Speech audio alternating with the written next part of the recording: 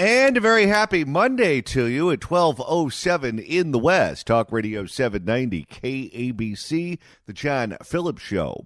Mr. Randy Wangs in Culver City. Johnny, it's been a while, but on Friday's LA City Council meeting, somebody got kicked out. Okay, that is before us? No. I'm sorry. Mr. Herman, you have been warned. I could actually not hear what the clerk was saying, and he is sitting right next to me. Mr. Chair, he is eligible for removal if you would like. Goodbye, Mr. Herman. Rule 12. Please remove Mr. Herman. Rule 7, Rule 12. Throw the book at him. Please leave. Here we go. And it's on, like Donkey Kong.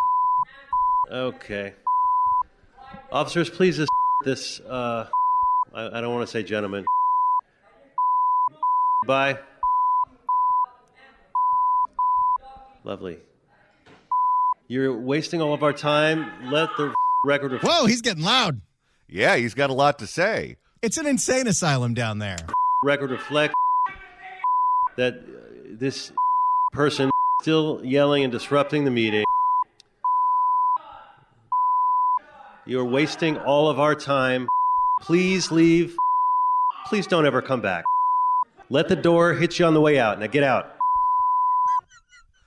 Now, who is moderating this? Because this person seems more over it than even Paul Krikorian. That is Bob Blumenfeld. And whenever he has to sit in the chair because Marquise was too busy, he doesn't put up with the BS. What is the correct pronunciation of Is it Marquise? I think it's Marquise. Marquise Harris Dawson. Because usually when you get the QU, it sounds like a K. Marquise. Some people have said it that way. From every interview I've seen, I believe it's Marquise. But some people call him Marquise. Yes. Like the wife on the Jeffersons. All of them have nicknames from the Gadflies. So you got Marquise, you've got Crooked Curran Price, and you have Nithya Ramen Noodle.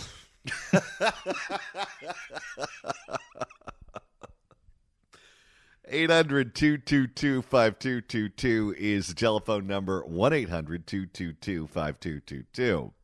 Well, we told you last week that it's been nothing but bad news for L.A. Mayor Karen Bass since the fire started. And, Randy, today is no different. No! Turns out, with a report over the weekend with the L.A. Times investigating, they wanted to know what was going on with Karen Bass and the first hours of the fire, the first days of the fire. And since her phone and her text messages in her phone would be something that you can request thanks to public records requests because she's a public official, they wanted to get those. Well, guess what? Karen Bass deleted all her texts from the first days of the fire.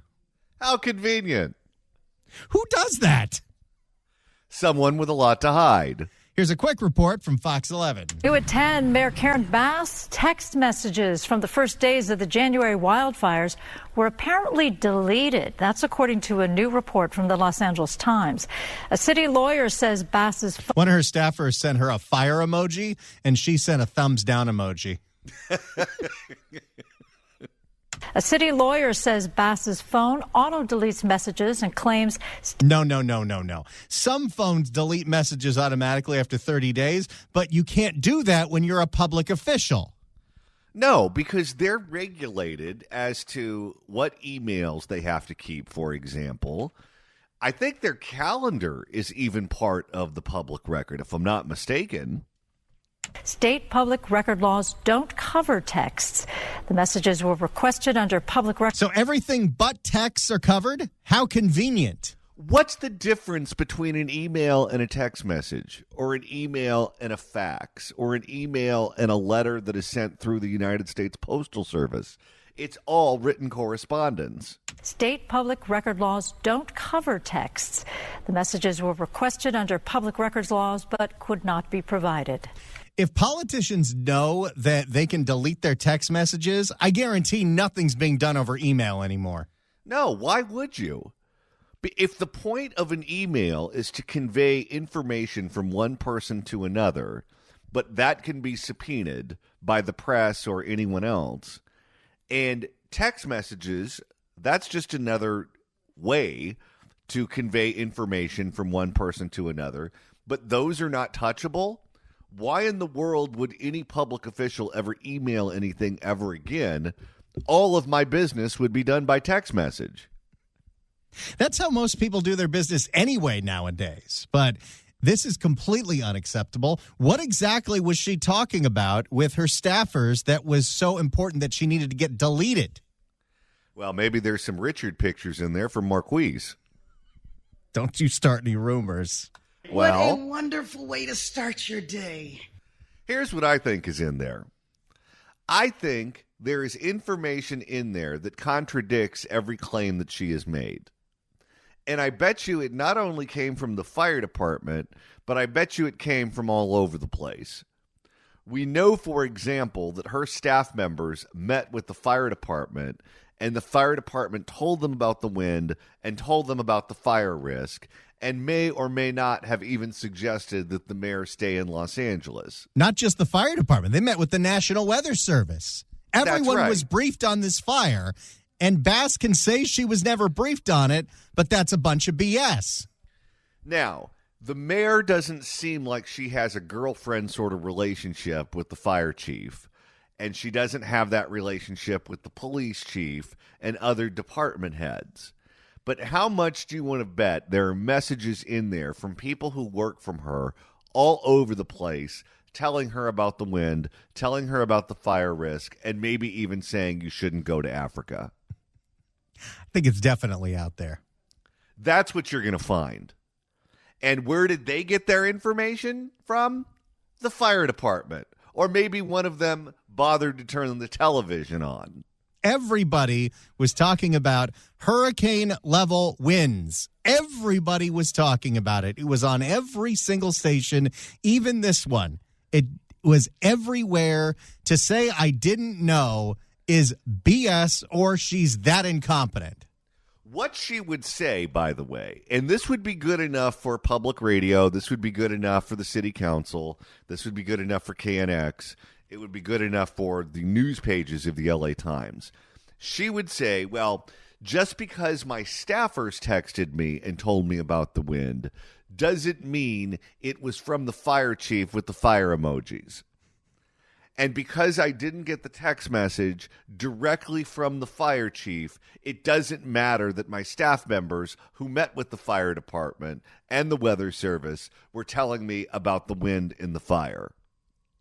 That's what she would say, and it would be good enough for them. Or they go the Barbara Ferrer route, which is, Karen Bass doesn't know how to operate her phone. She has a jitterbug. Yeah, and it causes you to kind of pause and go back and think about the fake doctor for a second. Because, yeah, she looks like she's totally clueless, and she looks like she's a Luddite. And her looking at a phone has to be like a caveman looking at a fax machine. Yeah. But that being said, we know that she's way more political than she wants you to think that she is. And she's more politically savvy than we all probably want to give her credit for, because she has managed to survive. I mean, imagine being in her position where you embarrass your bosses on a daily basis. Not only embarrass them, you publicly humiliate them on a daily basis, and they're still afraid to fire you. That's basically what she's done to them, but she's managed to stick around. You can't do that unless you have some kind of political chops that we don't want to give her credit for.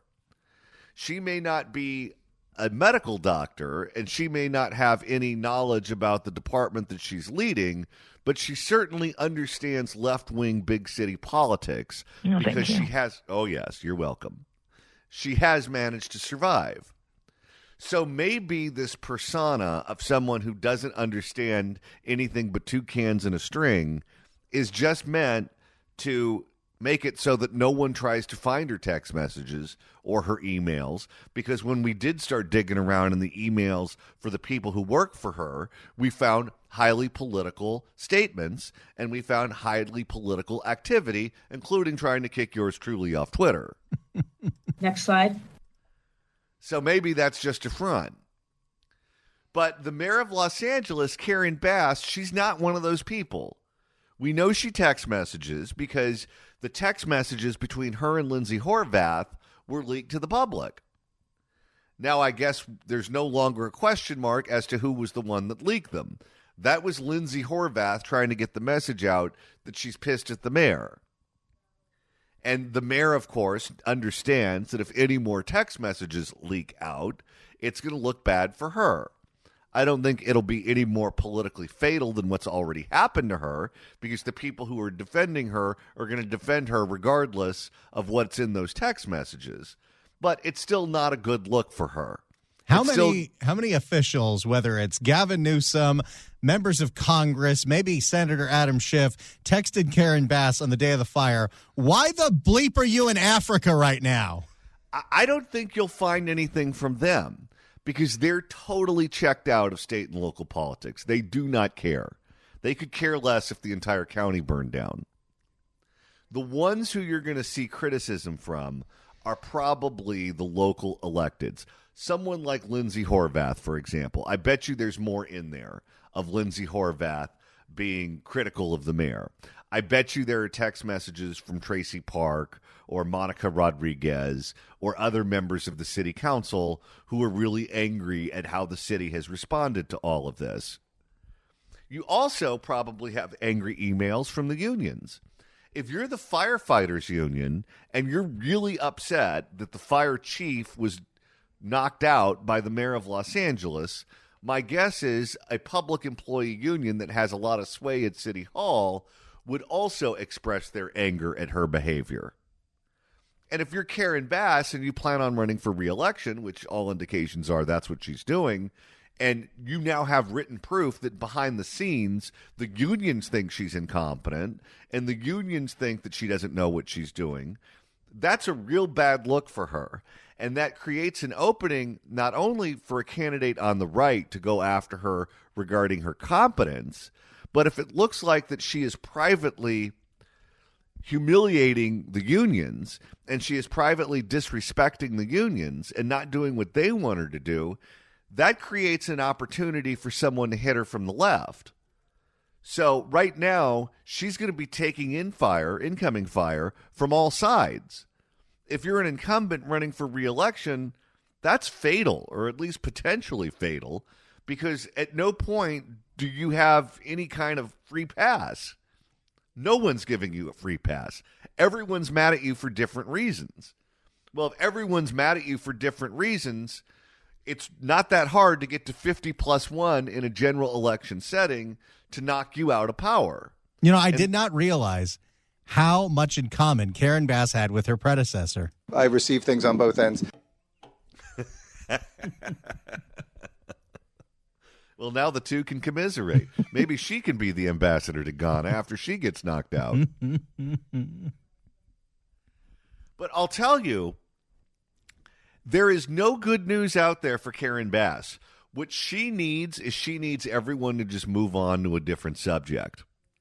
But the problem with a fire that's different from other issues is that because the rebuilding process has also turned into a mess, it's going to continue to be in the news. This is an issue that she's just not going to be able to escape. And in a world where we have the attention span of a gnat, it's not going to give her the opportunity of people being enamored with a shiny new object and her finally getting to go back to obscurity. I don't think that's going to happen with this, particularly with the Olympics coming to town. The city is in horrible shape. She can't do the basics, and she thinks she's going to host the Olympics. So not only is she getting killed in the local press, but that's why all of these national outlets are here in Los Angeles. The Olympics are a huge part of that, and they're covering it. And Randy, some of the most critical coverage that she's received has come from the actual networks. We have seen CBS News, specifically their reporter Jonathan Migliotti, go after her from day one when she had her first press conference when she finally got back from Ghana. And she's not used to ever getting challenged by the press, and she does not handle it well. No, she doesn't. In fact, Mayor Mother Goose has a very, very, very thin layer of skin. No! If you'd like to email the show, you can do so at johnnydon'tlikeshow@gmail.com. That's johnnydon'tlikeshow@gmail.com. And Randy, now that it's Monday, if you were gone all last week, let's say you were like me in Arizona watching spring training baseball, and you want to find out what you missed out on, that's easy to do. All you got to do is go to KABC.com, click on podcast, go to the Apple Podcast app, iHeart, Spotify, search for The John Phillips Show, hit subscribe. You can download all the episodes. You can do a Google on the YouTube or get that handy-dandy KABC app. Search KABC AM in the Apple App Store or the Android Store. It's the easiest way to listen live to this radio station and download all the podcasts. And I know it can be overwhelming because there's so many episodes to listen to. You could try to figure out how many episodes you listen to in a day, but Mike Janice Hahn, I'm not very good at math. I was like, Let's go to Charles in Valencia. Charles, hello. Yeah, does Mayor Bass think that we're all stupid? I mean, the phone is saving all that information. We know that. I've said this before. We're stuck with her. People have to wise up and stop thinking Republican, Democrat, and think common sense. These people in charge, like you said, they don't care if the whole place burns down. And can you imagine, I was thinking, can you imagine when the earthquake happens and a real disaster goes widespread? We're going to be in a lot more trouble than these isolated incidents here, as bad as they are. And my heart does go out to the victims, of course. But what do you guys think? Absolutely, absolutely. Well, what's funny is what I believe that she was probably trying to hide is information that is politically embarrassing to her. Information that contradicts public claims that she has made. Nothing illegal. I don't think she broke the law. I don't think she did anything illegal that would result in her being prosecuted or put in prison for anything. But when you start destroying things, when you start destroying correspondence, when you start destroying evidence, when you start destroying potential evidence, what you do is sometimes the cover-up is worse than the crime. Or in this case, sometimes the cover-up is worse than the lie. And that's where we are with her. She right now is hemorrhaging support in the city of Los Angeles. And she understands that if she just keeps getting killed in news cycle after news cycle, that her political career is over.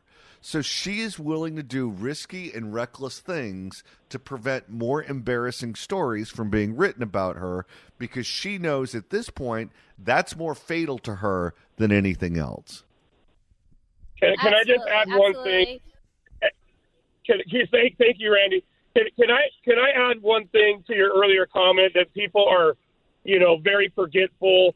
I want you guys to play the best of her idiotic moves in about a year so people can figure it out, closer to that re-election period. And you guys will keep her down. Seriously, we don't need this crap. All right. Thank you for the call, sir. Thank you. Let's go to Freddie in Anaheim. Freddie, hello. Hey, how you doing, John? Just real quick, wanted to comment on Karen Bass. It's very unfortunate that, she keeps on putting on excuses and playing the game that she didn't know and she wasn't aware. However, it's extremely embarrassing that the people from LA continue voting for these clowns. They deserve what they have. Unfortunately, there was a better choice, and they keep on voting for the Dems. And it's very unfortunate. I know a lot of people that live out there in LA. I'm in Orange County, so I'm fortunate. But a lot of people living out in LA, and it's just very sad to see this incompetent, clowns. And it's embarrassing to have Karen still in office. It's speechless. I don't even know what to say. It's so embarrassing. That's basically all I wanted to say. So the people of LA, please choose wisely.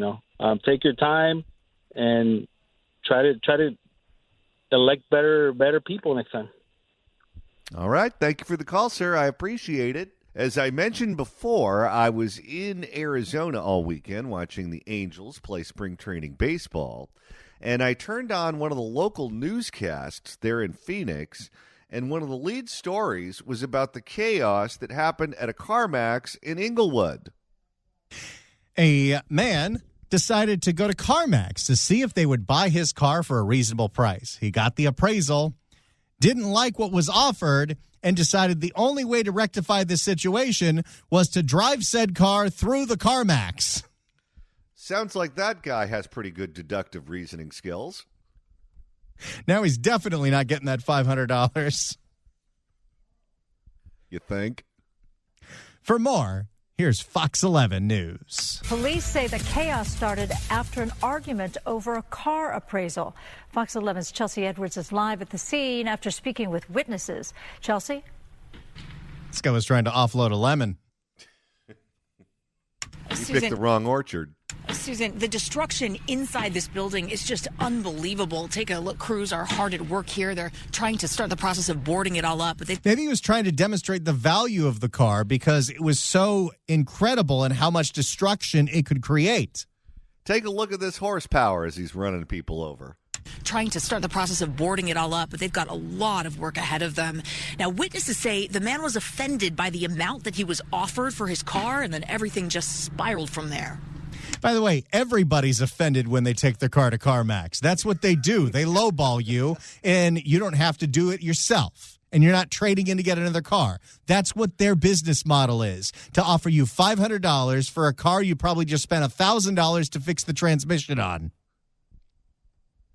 I wonder if they're going to start offering more after this happened. No. That's their whole business model.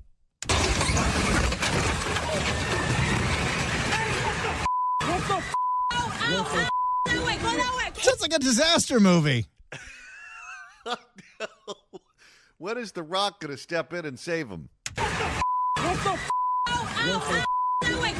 Chaos inside this Inglewood CarMax as an irate customer barrels through. I put my blood, sweat, and tears into that car. You're offering me what for this sweet action?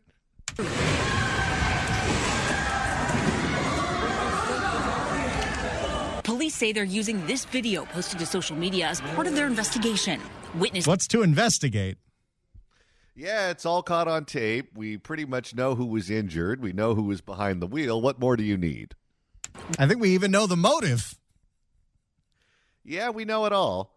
Witnesses say a man attacked an employee after getting in a... I mean, when you offer somebody a value of a car that's less than the value of the stolen catalytic converter, some people get mad. This is not the right way to take out that anger, though. What you do is you go somewhere else. There's getting mad, and then there's snapping. This guy snapped like a Slim Jim. Witnesses say a man attacked an employee after getting an appraisal on his car around 2 p.m. We suddenly saw a fight. The shouting at that place was really loud. Everybody kind of worried, and the security guy tried to stop that guy. USC student Sim Wang was inside helping his friend buy a car when the fight broke out. He says the man eventually took off, but a few minutes later, they heard a loud crash. Bam! How is it again? Bam! Just imagine what this guy's Yelp review is going to look like. Bam! Glass clashing sound and the people shouting. I actually saw the car run over several persons. One sales representative got run over by. His head got crashed by that car. I think everyone's okay, but there are a lot of injuries. Yeah, I think it was double digits in terms of the people injured. That was kind of scary, to be honest. And I was there. It's all so close to me. It's like 2 steps or 5 steps close to me. And I was totally shocked. I shouted, "Move out, move out." Mitchell Marshall witnessed the mayhem from outside. And I seen them arguing. I wasn't paying no attention. So then he backed up, came this way, made a big U-turn, and rammed it. Not once, but twice. He says the car didn't make it through the glass on the first impact. A big boom the first time. I guess it wasn't that strong of a car. No, well, it's Kias that are built for that. He says the car didn't make it through the glass on the first impact. A big boom the first time, second time it's crunching. I'm a vet, and when I hear the boom, I take cover. And But yeah, it was totally unnecessary, whatever was going on in there. Authorities say the suspect drove off, but was caught and arrested. Wow, this car crashed into a building twice, ran over a bunch of people, and was still in good driving condition. Well, maybe he was right. Maybe it was worth more than what they offered. Authorities say the suspect drove off, but was caught and arrested about a mile away. 8 people inside the dealership were hurt. 2 rushed to trauma centers. Wang says he's counting his blessings tonight. Seconds earlier, or like 10 seconds earlier, it's not just could be us, it will be us. He said he's still processing all of this. He seemed to be a little bit in shock when we were talking to him earlier. Now, CarMax has issued a statement. They say, or the company says, it is deeply saddened by this event. We're told all 8 people who were injured are stable, but there's no word on the extent of their injuries tonight. Susan? Wow. So there's the story in Inglewood of the CarMax. And what happened was unacceptable. This guy belongs in prison for a very, very, very long time. That being said, I really want to know what they offered him.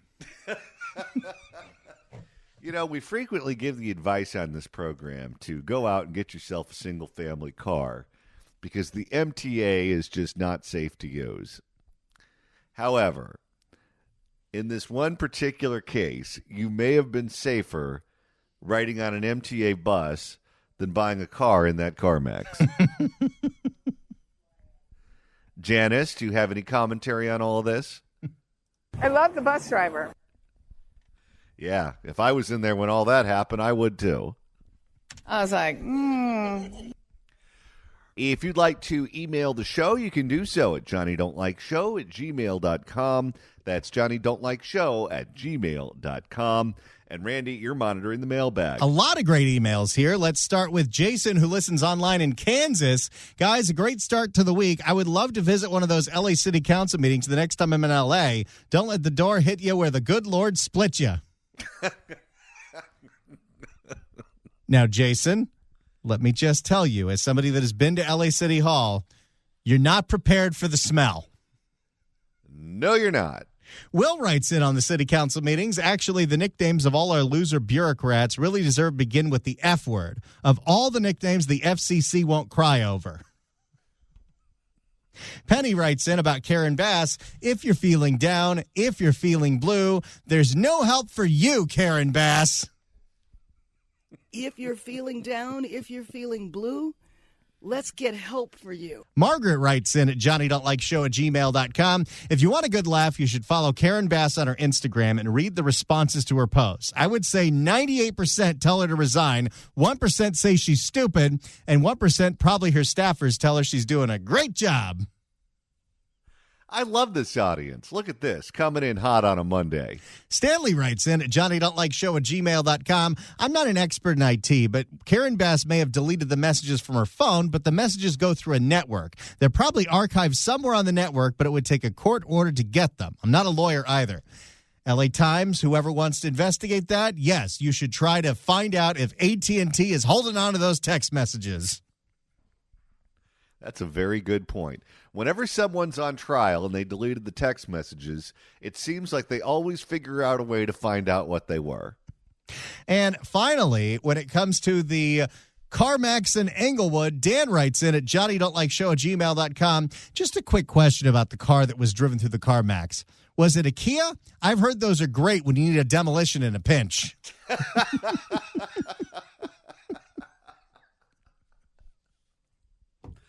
We know that the city of Oakland made news when In-N-Out Burger shut down a profitable location on the Hagenberger because they said they could not ensure the safety of their employees or customers. Hagenberger. But they're not the only ones. We've seen the Hilton Hotel shut down their location along the Hagenberger. We've seen restaurants stay in business but shut down their dining rooms because so much violence was going on in those dining rooms. Now, the Chamber of Commerce has come out and said if the city of Oakland doesn't figure out a way to get that town under control, they're going to lose every last business that's still there. For more on the latest report from the Chamber of Commerce, here's KRON 4. Economist Adam Fowler says when it comes to bolstering the economy in Oakland, the city's immediate focus should be on public safety and perception, increasing retail foot traffic, and keeping big and small businesses in the town. If you want all that, don't vote for Barbara Lee. No, you shouldn't. Quite frankly. You had a Target downtown, right? Is it there? It's not there anymore. I didn't know they lost a Target. How does a Target go out of business? Well, why would you have a business in Oakland that has a bullseye as a logo? There is that. Is it there? It's not there anymore.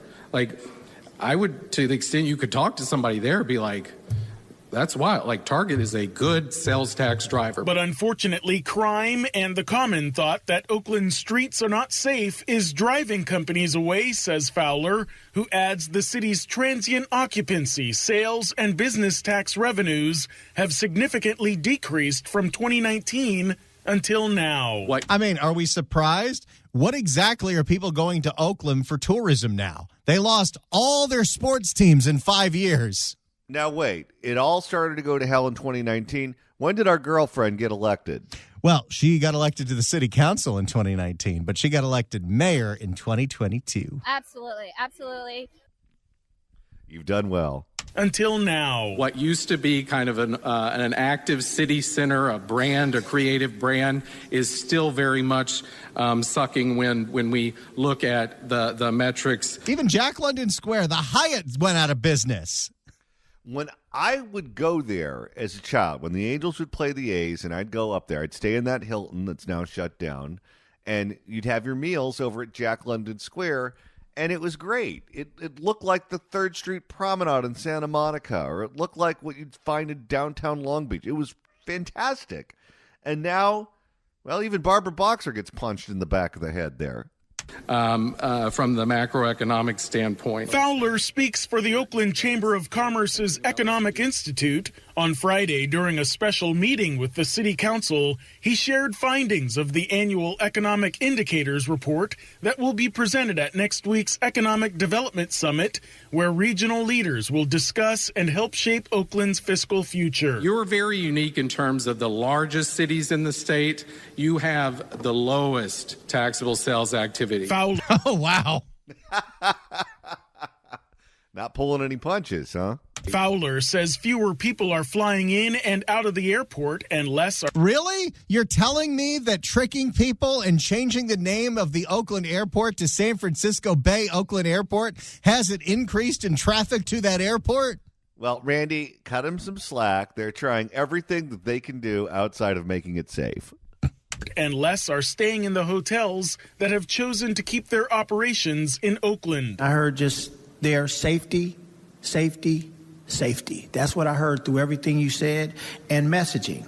Perception turns into reality. And right now, the perception is Oakland. I think the new members of the council are definitely aware. The last thing you need to do is say, no. Crime is down, guys. It's down. That's what the old guard did. And right now, the perception is Oakland is not safe to visit, shop, or raise a family. And the Economic Indicators report says that needs to change in order for Oakland to balance the budget. Philippe Jagal, KRON 4 News. That's not happening anytime soon. No, it's not. And if Barbara Lee gets elected, it's not happening potentially anytime. Quite frankly. You know, she's even using the same campaign slogans as Sheng. Well, I can see why. There's no difference politically between the two. The only difference is Sheng was much more entertaining for me. Oakland Bees! Well, she was more entertaining for all of us. And he said, absolutely.